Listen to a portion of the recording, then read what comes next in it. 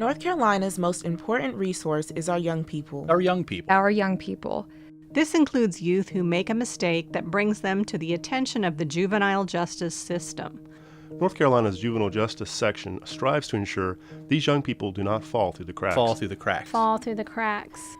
Our goal is to provide a system where they have the opportunity to make amends for their behaviors while treating the root causes of the problems that brought them to us.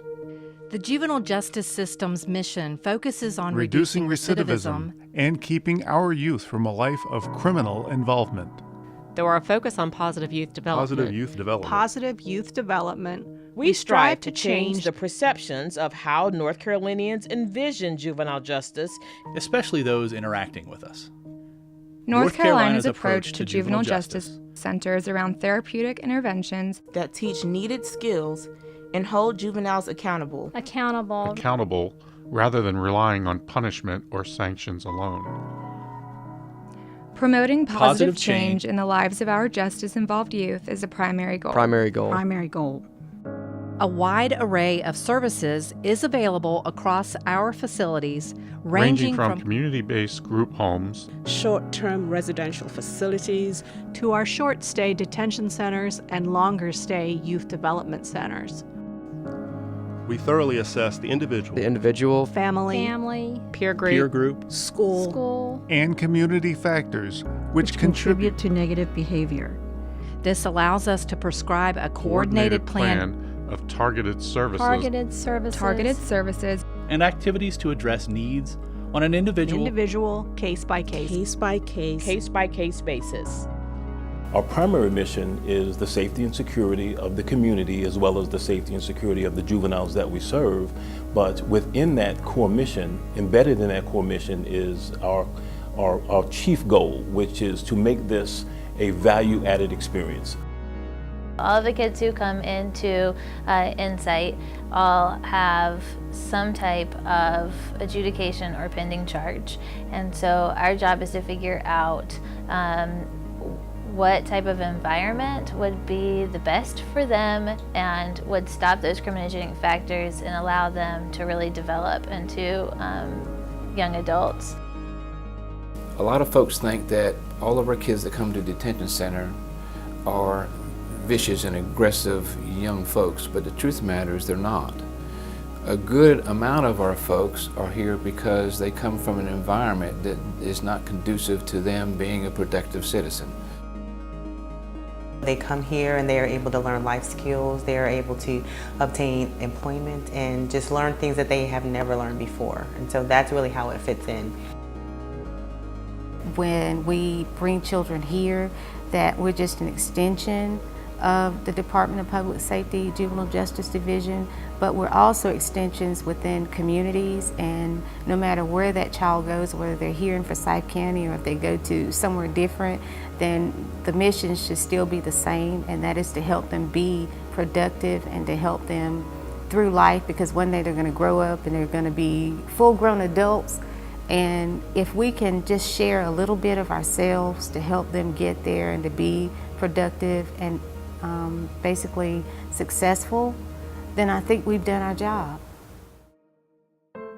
We are consistent in our approach. We're consistent and very structured. The day that we have and how we engage them and engage their parents and other stakeholders in the community. But nothing supplants just the hard work. And our kids are kids that they can read through foolishness. The way I am today is the way I'm going to be tomorrow, and the next day, and the next day, and the next day. And I think with kids, that builds trust. If you treat them the same way every day, and you don't venture out, you don't bring your outside problems into the facility, but you come in, you're a professional, and you work, and you treat that child the same every day, and you make good on your promises, you will build that trust. In the jail, they're inmates. In here, they're children, they're youth. I'll have people call me and they'll say, tell me about the inmates. And I'm like, what inmates? We don't have those here. You know, these are children. They could be my children. They could be your children. Our staff are very well trained and they do a really nice job of helping kids understand that we're here for them and not for our own purposes. I think most of the staff that I've seen that work with Methodist Home for Children are doing it for the right reasons, and they're here because they care about what happens to these kids. If they see that you trust them, they in turn will start to trust you. But you got to be consistent, and we try very hard down here to be consistent. And you know, with a wide area like this, we have to give them we have to trust somebody. We want to support them, we want to lift them up, but we're going to be honest, and we're going to provide honest feedback and be consistent in the program that we provide. I would not want to think that my child would be in trouble and I would send them to you or to me and we treat them less than, or we not be consistent enough that they can gain some trust. Because a lot of times that's what they need. They need that avenue to where they can trust somebody, to open up, to say, hey, this is what the real problem is. You know, help me. You know, you have to build rapport, and then from there you have to kind of give them little successes. And when there's a short window, it's hard to build rapport quickly and give them an opportunity to shine. We can look at success in so many different ways. I mean, we have kids who come in and are not on grade level. That's a success story when they leave and they are on grade level. Or if they come in at a 3rd grade level and reading level, and they leave at a 9th grade reading level. That's a success. You got kids, you know, they've made a mistake. But they're not throwaway kids, you know, and I think we help.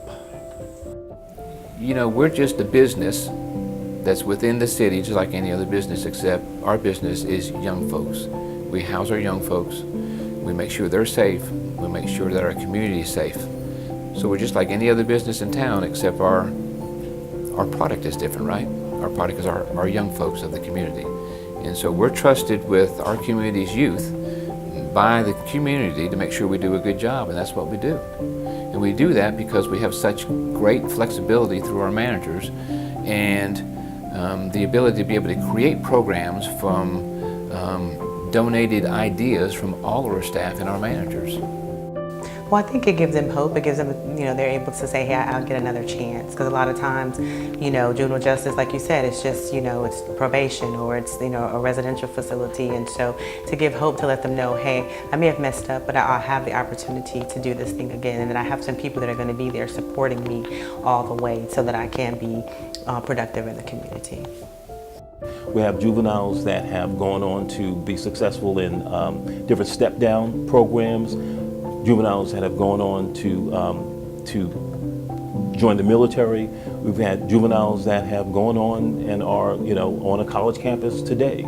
So success can be measured in big ways and in small ways. And so I like to think that we have a lot of success stories. There's a success story happening right now because somebody is in school and staying in school for the whole day. That's a success story, because that didn't happen when he was in the community. I mean, I'm proud of each and every kid that comes through here. Each and every kid that has come to this program. It's like I was saying before, it's like having a bunch of kids. I mean, it's just, they each have a place in your heart, and they have to become vulnerable in order to get the help that they need. So every kid that comes in takes this huge risk and allows themselves to shine as an individual. And then through that, they allow themselves to receive the help that they need. And that's a huge risk that they take. It takes a lot of courage. These kids are the most courageous kids that I have ever been around. I love them all. I think, you know, that their courage really needs to be applauded more than it is.